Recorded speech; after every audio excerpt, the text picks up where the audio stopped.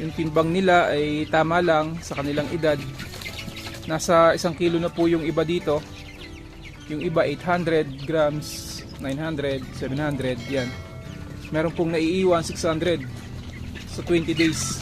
Pero sa tingin ko naman, bago mag 35 days sila o kaya 30 days is makakahabol pa.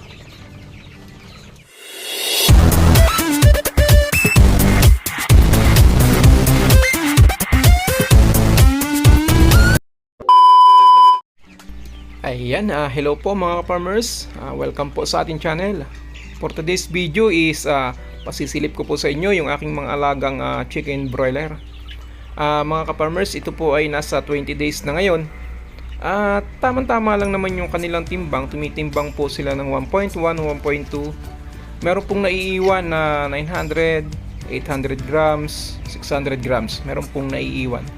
Hindi po talaga natin maiwasan yun na hindi sila maiwan at hindi natin maiwasan na hindi sila mabansot. Meron talaga pong maiiwan na maliliit. Hindi po sila pare-parehas. Pero marami po yung halos lumaki po talaga ng maayos.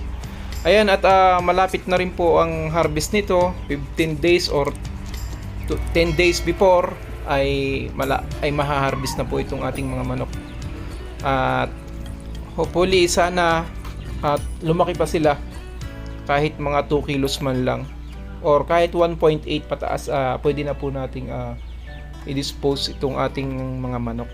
Ayan mga farmers, at talagang nakakatanggal din po ng stress. Pagising mo pa lang sa umaga, diretso ka na dito sa kulungan nila, binibisita mo kung may mga pagkain, may mga inumin. Mahalaga po kasi mga ka-farmers, yung wag silang mawalan po ng pagkain at inumin. Mahalaga po yun. Ayan, at sure na may mga buyer na tayo, nakukuha ka agad. Ngayon pa lang ay sold out na sila dahil may mga buyer na akong kinausap at tumatawag sa akin. Ayan. Yun lang mga ka-farmers, at salamat po sa inyong panonood. At shoutout po sa lahat po ng aking mga subscriber at viewers, sa mga kababayan po natin sa ibang bansa. Ingat po tayong lagi dyan. At bye bye po and God bless to all.